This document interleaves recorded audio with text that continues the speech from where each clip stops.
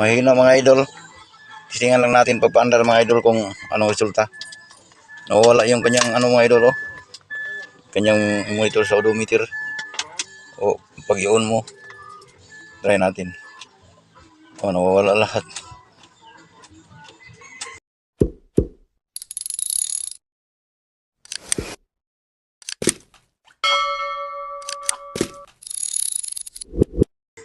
So titingnan muna natin doon ulit mga idol sa sa battery niya, baka nag-lose connection lang.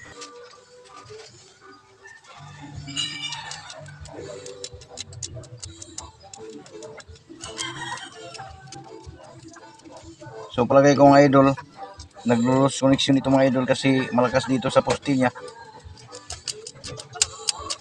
Pero mahina dito sa kanyang clamp. So linisan muna natin ito mga idol, clamp niya. Maka.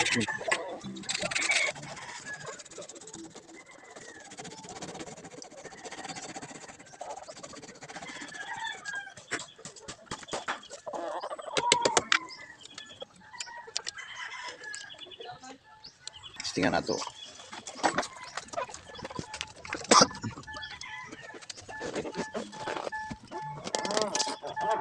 Ayun mga idol, lumiwanag na siya mga idol. Subukan natin i-start.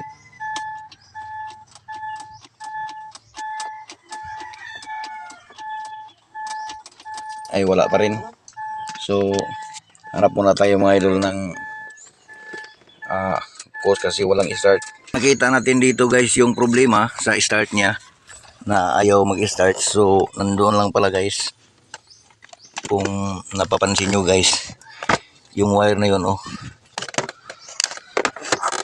Ito mga idol, itong wire na ito, ang dugtong kasi nito papunta na ito ng relay, pero ang kadungtong nito nandito sa ibabaw ng niya, sa ibabaw ng kanyang clutch pedal dito.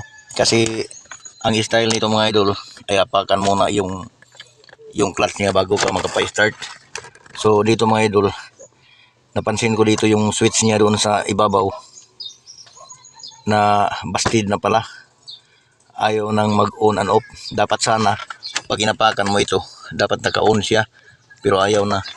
Kung titingnan natin yung mga idol, yung hirap kasing tingnan yung switch na nandun mga idol sa ibabaw.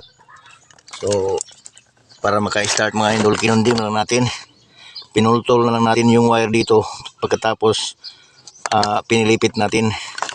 So mayroon na siya mga idol, mayroon siyang start.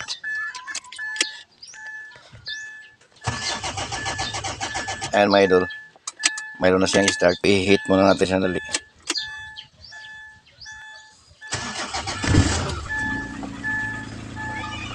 So ayan mga idol, na-start na siya. So yan lang palang problema mga idol. So sana ay may natutunan din tayo, pati ako rin na nahihirapan din kung saan talagang problema. So maraming salamat sa panonood mga idol. God bless po sa ating lahat.